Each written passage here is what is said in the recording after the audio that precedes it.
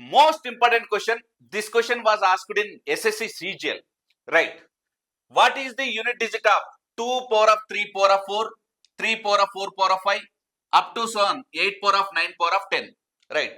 కానీ ఈ క్వశ్చన్ ని మనం జస్ట్ ఒక 2 సెకండ్స్ లోపల సాల్వ్ చేయొచ్చు.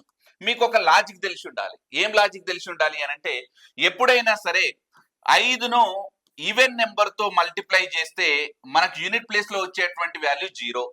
ఇప్పుడు ఒకసారి అబ్జర్వ్ చేస్తే 2 పవర్ ఆఫ్ 3 పవర్ ఆఫ్ 4 ఏమవుతుంది? దీన్ని మీరు ఎన్నిసార్లు మల్టిప్లై చేసినా మీకు ఏం రావాలి? ఈవెన్ నెంబరే రావాలి. అలానే 5 పవర్ ఆఫ్ 6 పవర్ ఆఫ్ 7, అసలు 5 ని ఎన్నిసార్లు మల్టిప్లై చేసినా యూనిట్ ప్లేస్ లో ఏమొస్తుంది? 5 వస్తుంది.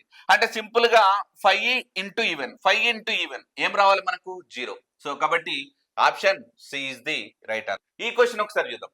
81 into 82 into up to so 89. C ఇక్కడ 82 ఇంటూ 85 అనేటువంటిది కూడా వస్తుందిగా.